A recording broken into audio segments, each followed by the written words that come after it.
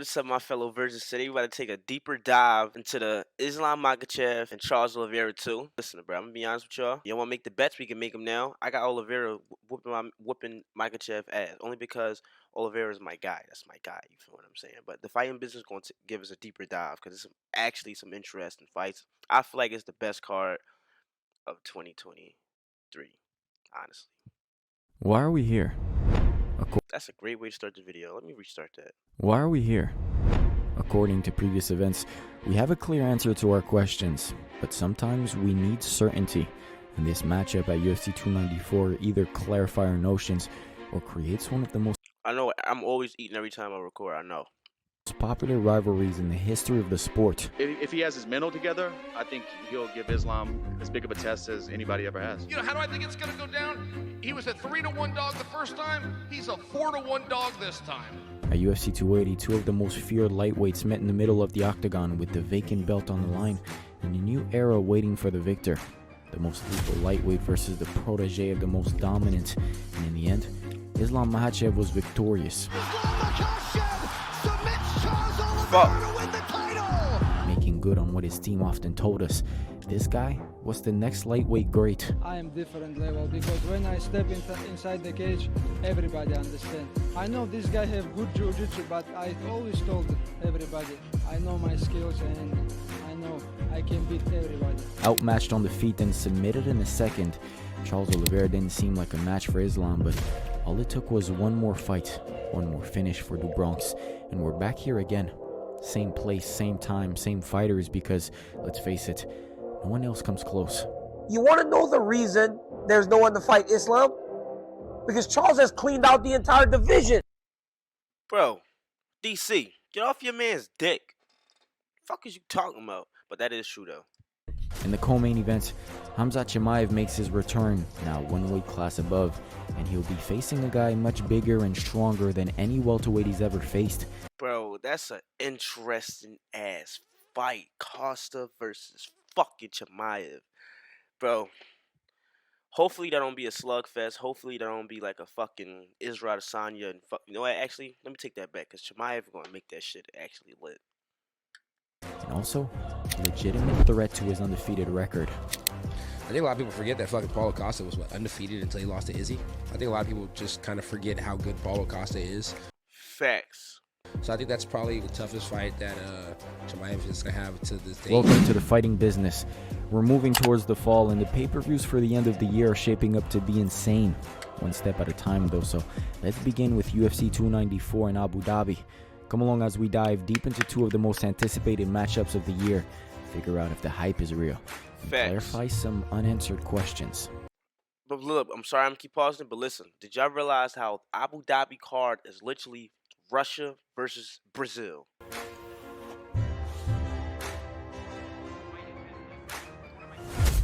Makhachev has no chance. 0. 2020 was definitely the year of Khamzat Chimaev.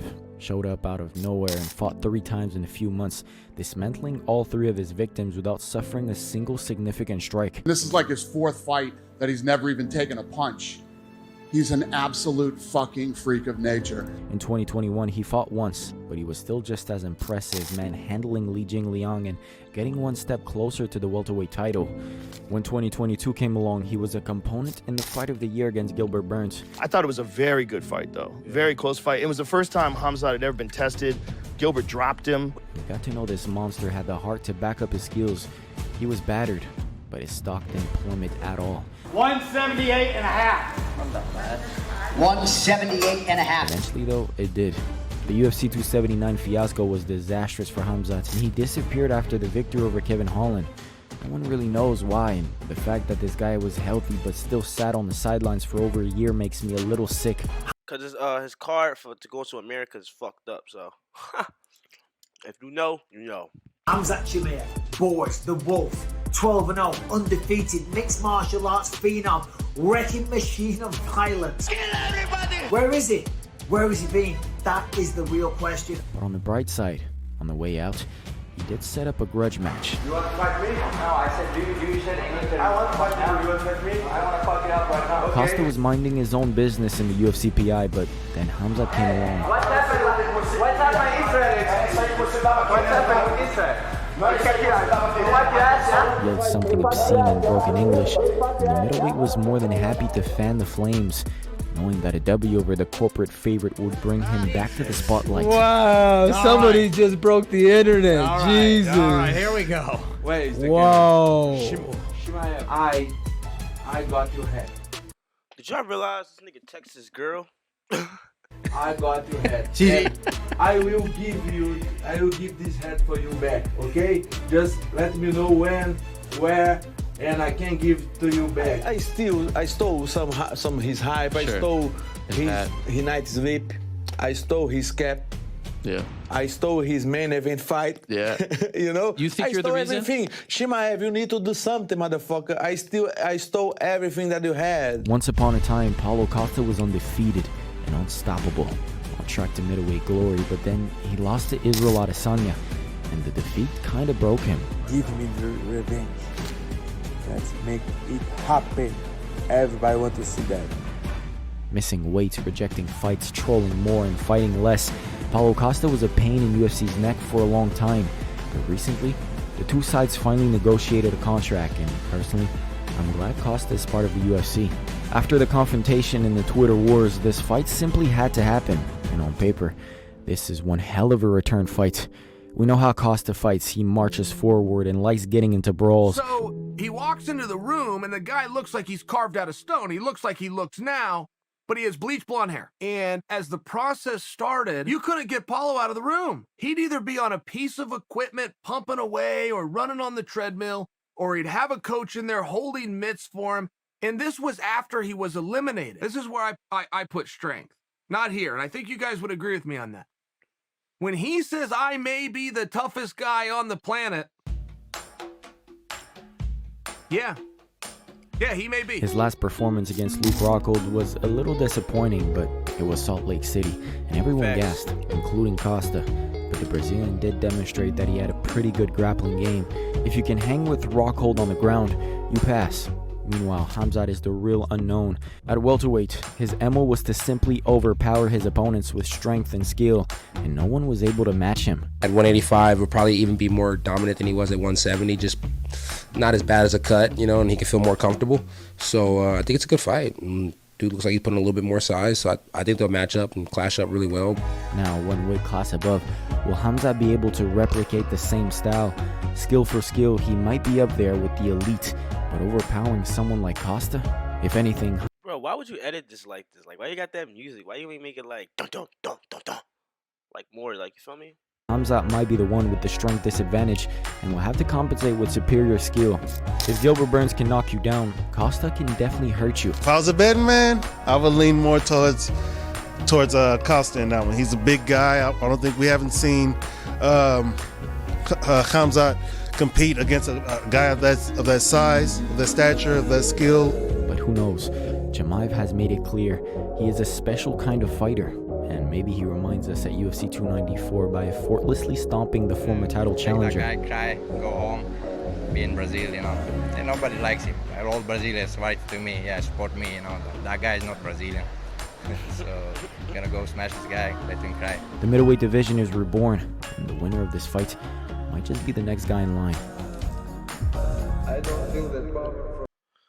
The fight, I'm gonna record a video on this fight live soon, so I'm gonna make a reaction, so y'all can, you feel me? Because I want Oliveira to win this highly. The challenge, maybe he changed some.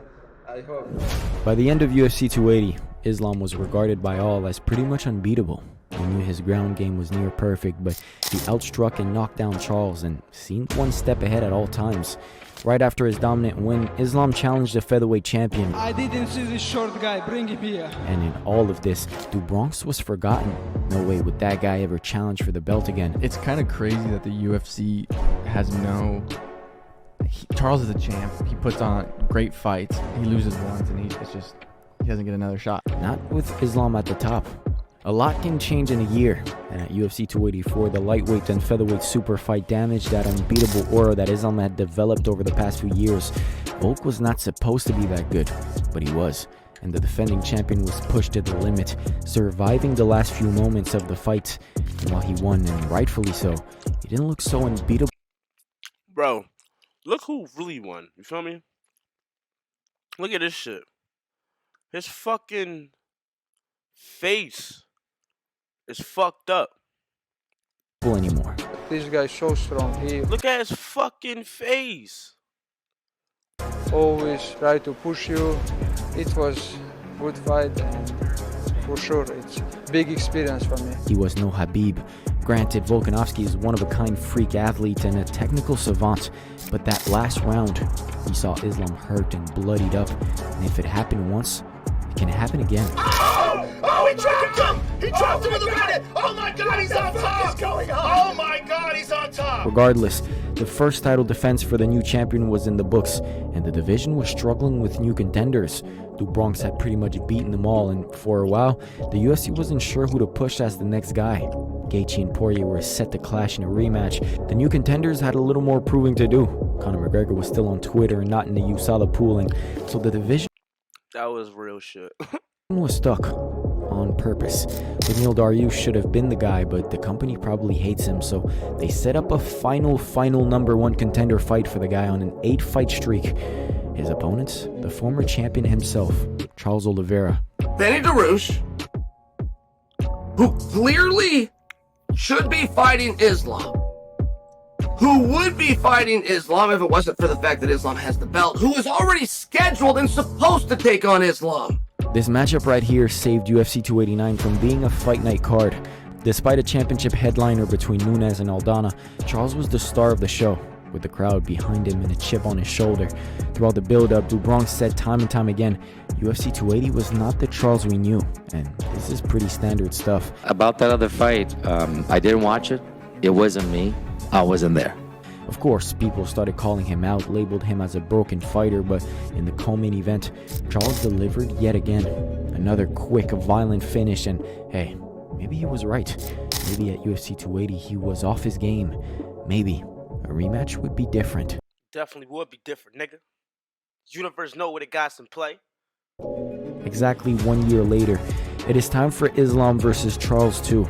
There were reports that Oliveira didn't want the fight in Abu Dhabi, but he's coming back to the same arena against the same guy, and the championship will be on the line.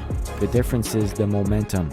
A year ago, both fighters looked unbeatable with impressive finishes, but this time around, Oliveira has the momentum. He knocked out Beneil Dariush while Islam went the distance with Volk, and in this game, that little boost means a lot. In the first fight, Do Bronx was one of the few guys Islam couldn't just overpower on the ground.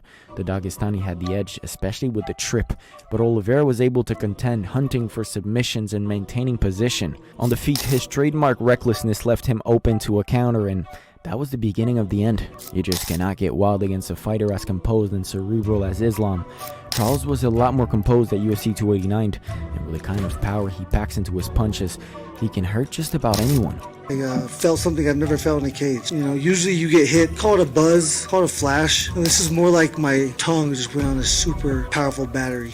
With that said, staying composed in front of Islam is no easy feat. The threat of the takedown and the pressure makes you panic, and you end up making mistakes, just as Oliveira did the first time.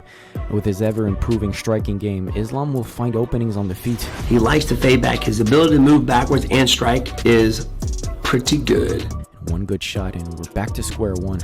Seriously, I don't think we give enough respect to the finishing ability of Islam. He might not be as dynamic as Do Bronx, but once he senses a finish... Listen, fighting business, all I'm hearing is you want Islam Makhachev to win, bro. Like, that's all I'm hearing, bro. He usually gets it. Grappling, though. We're talking grappling. Who's going to be more effective in this MMA world? I believe it's going to be Islam. I know a lot of you have Islam as the favorite, and that's fair. But take a look at the date. It's 2023, the year of unreal upsets. From Dricus to O'Malley to Strickland. It's been one weird, wild, and wacky year, and something normal's in the air. Maybe we see another upset at UFC 294. How much different of a fight will we see from Charles when he faces Islam again? Islam himself will have a lot to prove in his second title defense. There is a small blemish, but a second victory over a fighter the caliber of Charles and will be the terror of the lightweight division once again. Rematch after rematch this year, but there's no other way. These two are special and a cut above the other lightweights. The other fighters will have to wait their turn as the two most dominant 155-pounders go at it again. And despite the result of the first fight, this rematch is a must-watch. Khamzat Chimaev was once regarded by many as the uncrowned welterweight champion, and at UFC Facts. 294, he finally moves up and faces someone who might not only match his physical strength, but may exceed it. A title shot is on the line, but these two only care about beating each other up. It's going to be a great fight. It's going to be a war, man. I'm excited for it. The lightweight division continues to be one of the most competitive divisions in MMA today, but the two absolute best are miles ahead of their peers, and with no one close. October 21st, Islam and Charles will go at it again.